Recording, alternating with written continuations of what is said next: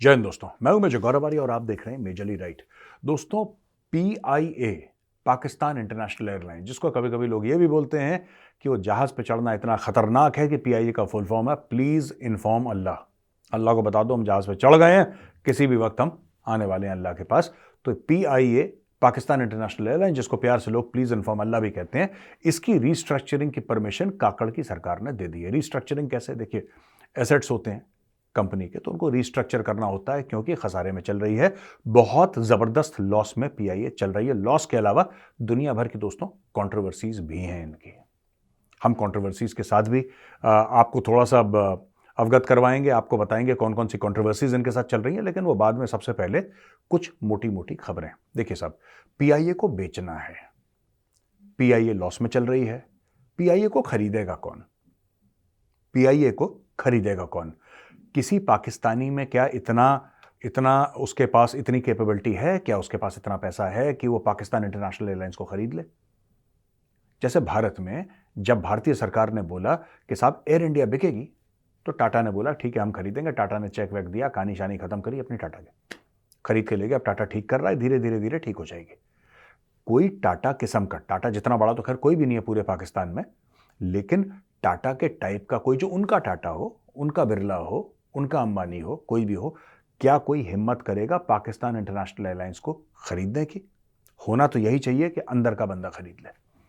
इतने strategic asset को, in case of Pakistan it's a liability, in case of India it's an asset, इतने strategic asset को अगर कोई बाहर वाला खरीदता एयर इंडिया को, तो क्या सरकार अलाउ करती? क्या सरकार परमिट करती? एयर इंडिया जिसमें इंडिया लिखा हुआ है, जिसमें इंडिया लिखा हो, वो सरकार किसी और को बोलेगी भाई तुम ले लो?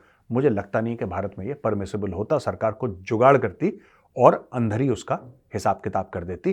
अंदर हिसाब किताब हो भी गया, टाटा ने ले लिया, लेकिन पाकिस्तान इंटरनेशनल एयरलाइन खरीदा का कौन? रीस्ट्रक्चरिंग में इसको दो कंपनियों में बांट दिया गया है दोस्तों ground handling, cargo, flight kitchen और ट्रेनिंग, ये आ गए टॉपको के अंदर। यानी कि दो कंपनियां बन रही, उसमें से एक टॉपको है, जिसमें से ये ग्राउंड हैंडलिंग, किचन, कार्गो, ये सब आ गए ट्रेनिंग के साथ टॉपको में। होल्डको में आ गई प्रिसीजन इंजीनियरिंग, पीआईए की जितनी भी इन्वेस्टमेंट्स हैं, इनका जो केपेक्स वाला सामान है, कोई बिल्डिंग्स इनकी हैं, वो। तो टॉपको और होल्डको, ये दो कंपनियों में उन्होंने बांट दिया है पीआईए को दोस्तों।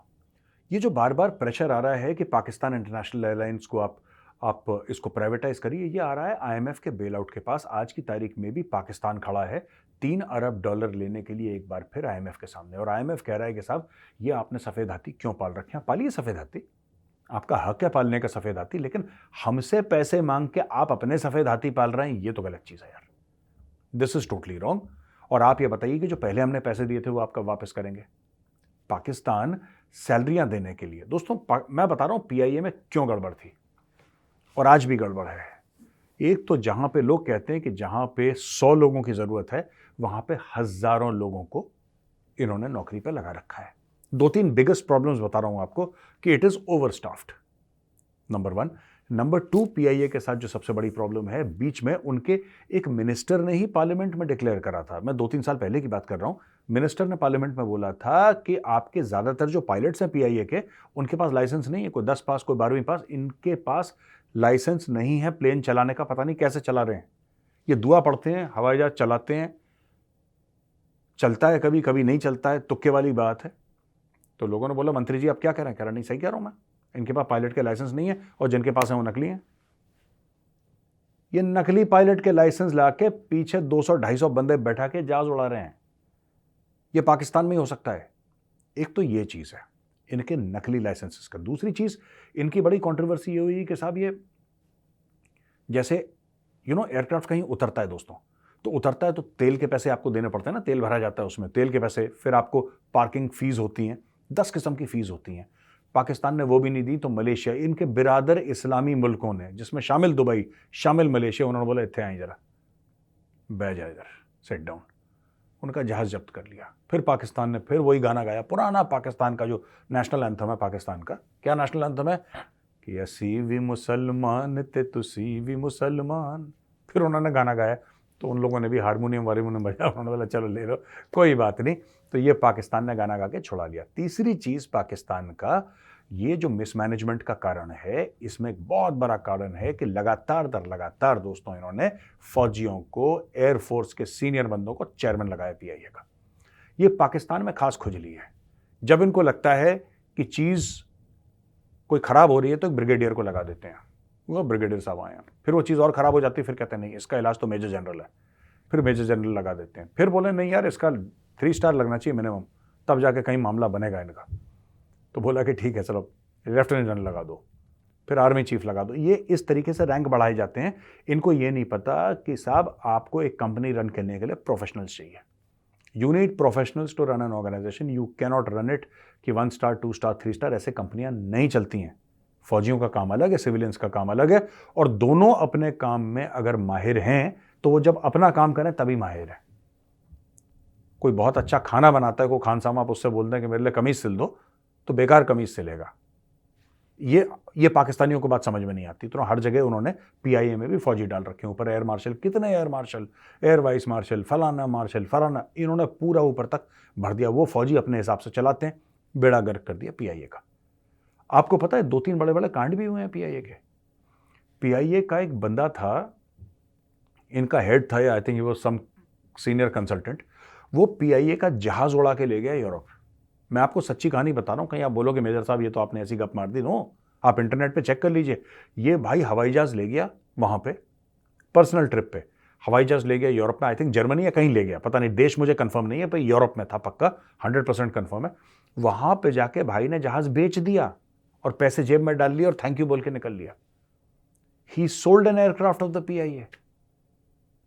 2020 में चेक और हंगेरियन फोर्सेस ने दोस्तों अपने aircraft, fighter aircraft take off कर लिए, क्योंकि बार बार ये संपर्क कर रहे थे, बार बार संपर्क करना चाह रहे थे और कर भी रहे थे पाकिस्तानी इंटरनेशनल एयरलाइंस की फ्लाइट में। उसमें 300 पैसेंजर बैठे हुए थे और बोल रहे थे भाई कहां जा रहे हो, क्या कर रहे हो।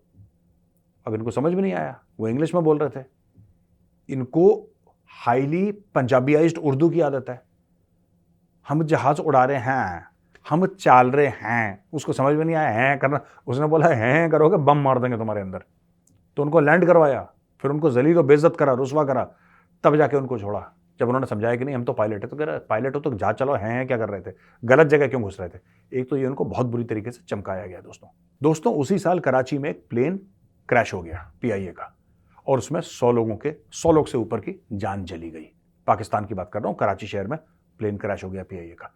और फिर वहां से खुलासा हुआ कि ये जो पायलट हैं इनके पास तो लाइसेंस नकली है, इनके पास पूरा मामला नकली है। उसकी 10th का सर्टिफिकेट नकली है, उसके 12th का सर्टिफिकेट नकली है, उसके 4-5 साल जो भी पायलट की ट्रेनिंग होती है जितनी भी है वो पूरा का पूरा नकली है।